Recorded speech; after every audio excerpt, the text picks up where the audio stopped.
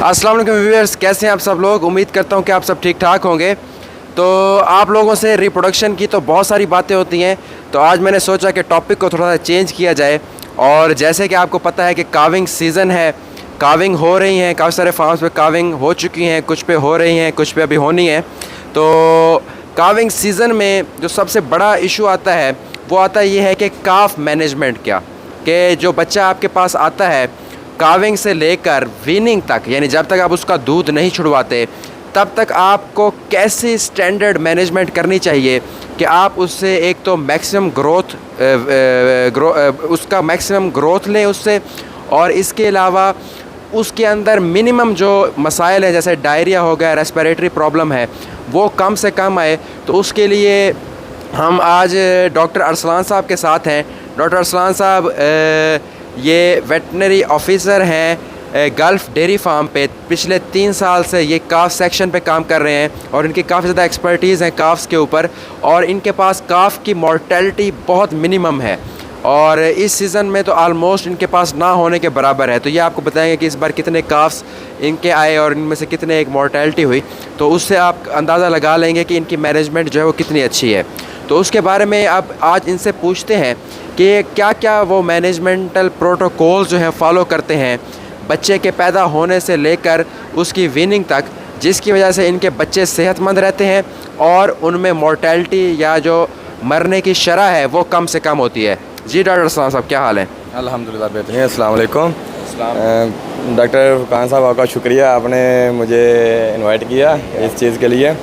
अच्छा व्यूअर्स, सबसे पहले तो हम शुरू करते हैं जब काविंग होती है, ठीक है। काविंग होने के बाद जब बच्चा वहाँ से आ जाता है तो हम स्टार्ट करते हैं। काविंग होने के बाद सबसे पहला प्रोटोकॉल क्या बच्चे को देते हैं? सबसे पहले तो हम क्लोस्ट्रम पिलाते हैं। क्लोस्ट्रम कहते हैं 10% ऑफ बॉडी वेट पिलाना चाहिए, मगर हम तकरीबन पिलाते हैं 3 से 3.5 kg तक फ़र्स्ट टाइम पे। उसके बाद 8 घंटे बाद फिर ही वही वाला क्लोस्ट्रम जो फ़र्स्ट टाइम काविंग काव दे चुकी होती है वो पिलाते हैं 1.5 लीटर तक। मतलब क्या, फ़र्स्ट टाइम का क्लोस्ट्रम एक जानवर को तकरीबन 5 लीटर तक पी चुके होते हैं, जिसकी वजह से उनकी एंटीबॉडीज़ की तादाद अच्छी होती है, बच्चे के अंदर इम्यूनिटी काफ़ी अच्छी गेन कर लेता है। ठीक हो गया। उसके बाद फिर जैसे कि ट्रांजिशन होती है, हमको पता है कि क्लोस्ट्रम के अंदर टीएस टोटल सोलिड जो 28 होते हैं और मिल्क के अंदर होते हैं 12, और जो वो ट्रांजिशन पीरियड है वो मेन हमने मेंटेन करना होता है ताकि शुरू में पहले 2 दिन के अंदर बच्चे को डायरिया ना लगे। ठीक है। अब 28 से लेके 12 टोटल सॉलिड तक आपने शिफ्ट करना है एक बच्चे को। वो कैसे करना है? वो इसी तरह के पहले का जो क्लोस्ट्रम आपने पिला दिया, उसके बाद सेकंड टाइम वाली जो फीडिंग होगी बच्चे की, सेकंड टाइम वाली फीडिंग होगी वो आपने पिलानी है जो गाय का जो पहला क्लोस्ट्रम है वो। अब जो थर्ड टाइम वाली है उसके अंदर आपने फ्रेश पिलाना है, मतलब कि काऊ की वो थर्ड मिल्किंग होगी और बच्चे की थर्ड फीडिंग होगी। उससे क्या होता है कि 15, 16, 17 टीएस तक आ जाता है, वो भी ट्रांजिशन में होती है काऊ, और बच्चा भी ट्रांजिशन में होता है और लाइकली कोई डायरिया बच्चे को नहीं लगता। उसके बाद जो फोर्थ होती है वो हम मिक्स करके पिलाते हैं, मतलब कि क्लोस्ट्रम प्लस दूध, ताकि वो टोटल सॉलिड मेंटेन रहे हमारे। उसके बाद फिर हम ऑनवर्ड मिल्क पे स्टार्ट हो जाते हैं। मतलब कि पहली जो 4 टाइम की फीडिंग होती है वो क्लोस्ट्रम होती है, उसके बाद फिर हम दूध पे शिफ्ट कर देते हैं बच्चे को। चलो, इसमें एक मिनट मैं क्वेश्चन एक करना चाहूँगा। अब इसमें क्लोस्ट्रम जो है उसकी एक साइंस ये है कि उसको लेट नहीं करना होता, क्योंकि क्लोस्ट्रम के अंदर जो है माँ की तरफ से काफ़ी सारी बीमारियों के ख़िलाफ़ क़ुव्वत मदाफ़ियत वाले आप ऐसे समझ लें कि एंटीबॉडीज़ जो हैं वो होती हैं, तो वो बच्चे को मिलना ज़रूरी होती है। लेकिन अगर उसको लेट कर दें तो बच्चे की जो इंटेस्टाइन है, इसकी आंतें हैं, वहाँ से वो एंटीबॉडीज़ नहीं गुजर सकती। तो वो मिनिमम कितने घंटे है कि अगर हम उसके अंदर हमें क्लोस्ट्रम पिला देना चाहिए बच्चे? मिनिमम तो कहते हैं जितनी जल्दी हो सके, मगर 2 घंटे तक आप कह सकते हैं कि आप पिला सकते हैं।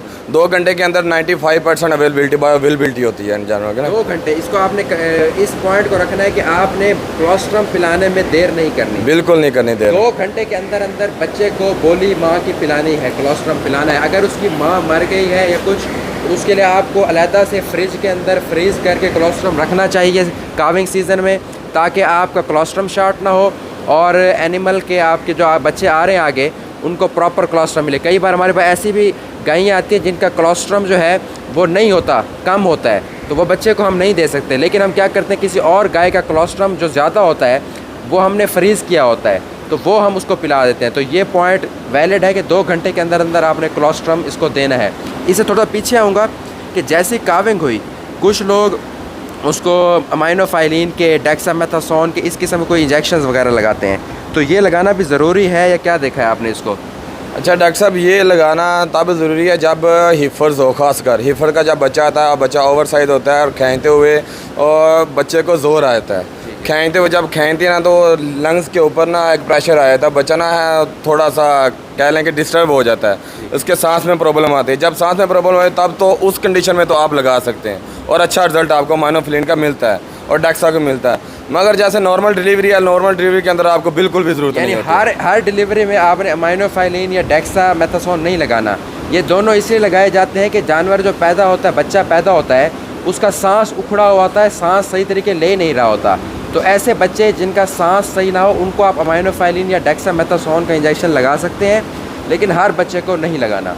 ठीक है जी, कोलोस्ट्रम से आगे फिर आप जी कोलोस्ट्रम के बाद पिलाने के बाद पहला काम क्या करते हैं, हम विटामिन ए का इंजेक्शन लगाते हैं, विटामिन एडिक, क्योंकि जो काफ आता है पहले 7 दिन विटामिन ए सिंथेसाइज नहीं कर सकता काफ जो होता है, इस वजह से हमें सिंथेटिक देना पड़ता है in the form of injection, vitamin A और सेलिवेट, ताकि इम्यूनिटी इसकी बेहतर है। पहले 7 दिन तो इनकी इम्यूनिटी होती नहीं है।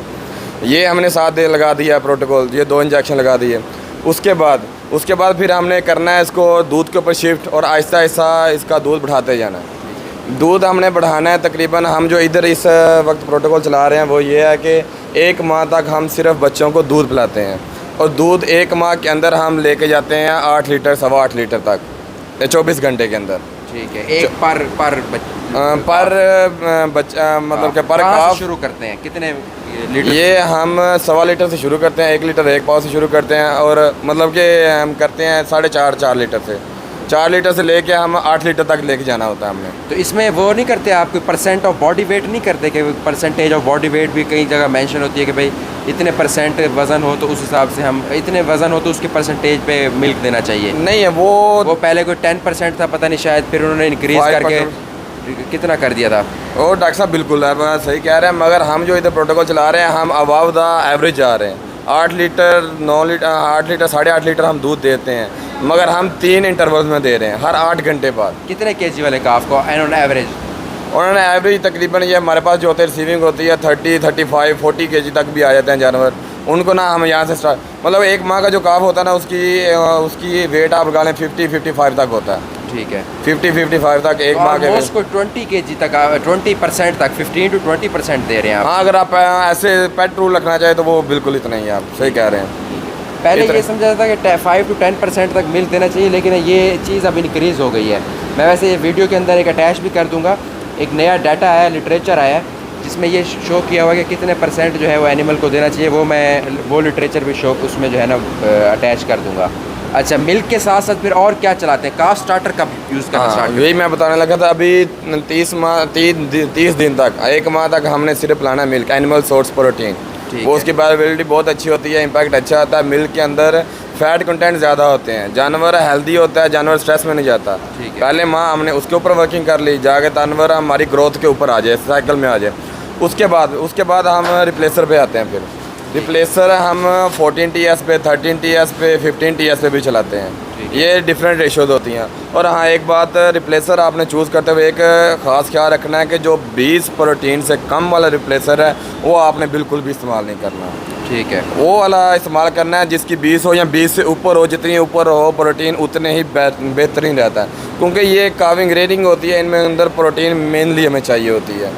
ठीक है, उसके बाद फिर आ जाती है फैट, आ जाती है 18%, 18.5%, इवन 16% वाले भी आ रहे हैं, मगर फिर वो लो हो जाती है। ऐसा काफ स्टार्टर आपने अच्छा और इम्पोर्टेड यूज़ करना है, लोकल इस्तेमाल नहीं करना बिल्कुल भी। ठीक है, इस तरह हम 30 दिन के बाद फिर ऑनवर्ड 60 दिन काफ रिप्लेसर। ठीक है, काफ स्टार्टर कब से स्टार्ट करते हैं? काफ स्टार्टर तो हम 6 दिन बाद ये इस्तेमाल कर रहे हैं। उसकी कितनी प्रोटीन रखते हैं? उसकी तकरीबन 25, 24, 26 इतनी रेंज में, 26 तक मैक्सिमम, 26 तक, 24 से स्टार्ट करते हैं मिनिमम। ठीक है, इतना आप शुरू में 3 दिन तक कोलोस्ट्रम देते हैं? 3 दिन नहीं, हाँ। 3-4 फीडिंग करते हैं, मतलब कि 1.5 दिन तक ना कोलोस्ट्रम होता है। 1.5 दिन तक कोलोस्ट्रम होता है, उसके बाद ट्रांजिशन करते हैं आहिस्ता आहिस्ता मिल्क की तरफ। मिल्क की तरफ जब मिल्क की तरफ ट्रांजिशन हो जाती है, 7 दिन पे काफ स्टार्टर ऐड हो जाता है, जिसकी प्रोटीन राउंड अबाउट 25 होती है इनकी। बिल्कुल। और 30 डे पे मिल्क को थोड़ा कम करने के लिए ये मिल्क रिप्लेसर का इस्तेमाल करते हैं, जिसे CMR भी कहते हैं। उसकी प्रोटीन मिनिमम ये 20 वाला सेलेक्ट करते हैं और ये 30 डे से वो इनकॉर्पोरेट करते हैं। तो तकरीबन 8 kg आप जब दूध दे रहे होते हैं 8 लीटर्स, तो फिर मिल्क रिप्लेसर जब ऐड करते हैं तो एब्रप्ट ऐड करते हैं या विद नहीं इंटरवल? हम इंटरवल के साथ करते हैं। पहले 25% ऐड करते हैं, फिर 50%, फिर 75 और 75 तक ही हम रखते हैं, और इससे ऊपर नहीं जाता। हम एनिमल सोर्स भी चलाते हैं, दोनों मिक्स चलाते हैं। ठीक है। 30 दिन से लेकर 60 दिन तक हमारा प्रोटोकॉल है कि हमने 2 हिस्से CMR देना है, मतलब कि जो मिल्क रिप्लेसर है वो देना है, और 1 हिस्सा उसमें मिल्क देना है, ताकि एनिमल सोर्स प्रोटीन भी जाती रहे और फैट उधर से भी जाती रहे। ठीक है। फिर ये चलाने के बाद 60 दिन के, कल ही मैंने एक वो वेट किया था बच्चों का, वो हमारा 70 डेज़ के ऊपर 90 kg 85 kg इतना वेट आ रहा है गेन। ठीक है। पर डे कितना एवरेज डेली के वेट? अगर पर डे की बात की जाए तो वो तकरीबन कोई 1100 ग्राम 1200 ग्राम तक आता है। बहुत अच्छा वेट गेन है काफ्स के अंदर जो है ना, अगर ये आ रहा है तो एक आइडियल वेट गेन है। और ये हम विनिंग कर रहे हैं 75 डेज के ऊपर। अच्छा, लोग कई बार 90 डेज पे करते हैं। लोग 90 डेज पे करते हैं, 15 दिन का खर्चा, दूध, फिर वो मेंटेनेंस, फिर ये। अच्छा, वीनिंग का क्या क्राइटेरिया रखा है? मुख्तलिफ लोगों का मुख्तलिफ क्राइटेरिया है। उसमें कुछ लोग वीनिंग करते हैं एनिमल के वेट के ऊपर कि बच्चे का क्या वज़न हो गया है। कुछ करते हैं कि उसने अगर 1 kg तक काफ स्टार्टर खा लिया तो तब उसकी वीनिंग कर देते हैं। तो मुख्तलिफ क्राइटेरिया इन्होंने रखे हुए हैं, तो आपका क्राइटेरिया क्या है इसका? अच्छा, हमारा क्राइटेरिया क्या है? हमारा क्राइटेरिया 2 पॉइंट होते हैं बच्चों में रेयरिंग में। एक चीज़, उनका वेट गेन अच्छा हो, वेट गेन के ऊपर हमने कंप्रोमाइज़ नहीं करता, एक चीज़। अब दूसरी चीज़ क्या है? दूसरी चीज़ ये है कि हमने ह्यूमन को डेवलप करना होता है, ह्यूमन डेवलपमेंट। अब वेट गेन को तो हम पता चल जाएगा हमारा कि कैसे वेट करके हमें पता चल जाएगा कि वेट गेन कितना आ रहा है। ठीक है। एक बच्चे का, वो तो हमारा क्राइटेरिया हो गया। ठीक। अब दूसरा criteria human development. Human development का कैसे पता चलेगा? ह्यूमन डेवलपमेंट का कैसे पता? ह्यूमन डेवलपमेंट का उस वक्त आपको पता चलेगा जब एक बच्चा मिनिमम आपका 2 kg इनटेक कर रहा हो। किस चीज़ का? ये काफ स्टार्टर का। काफ स्टार्टर 2 kg तक? 2 kg, और इधर करते हैं। अच्छा, 2 kg तक करते हैं काफ स्टार्टर इनटेक 75 डेज़ के ऊपर। इवन कि हमारे पास 2.5 किलो पर डे पर बच्चा पर काफ इनटेक कर रहे हैं। तब यानी 2 kg में आप विनिंग कर रहे हैं? 2 kg में इनटेक कर रहे हैं, हमें पता चल जाता है इनटेक क्या कर रहे हैं, डायरिया नहीं लग रहा है, उनकी ह्यूमन डेवलपमेंट बहुत अच्छी है। ठीक है। तो हम उसको फिर वीन कर देते हैं। और मिनिमम हमने वेट रखा हुआ है 80 kg। 80 kg 75 डेज़ पे 85 डेज़ 85 kg ये हो, और ये 2 किलो तक ये काफ स्टार्टर इनटेक कर रहे हो। ठीक है, तब विनिंग कर देते हैं। तब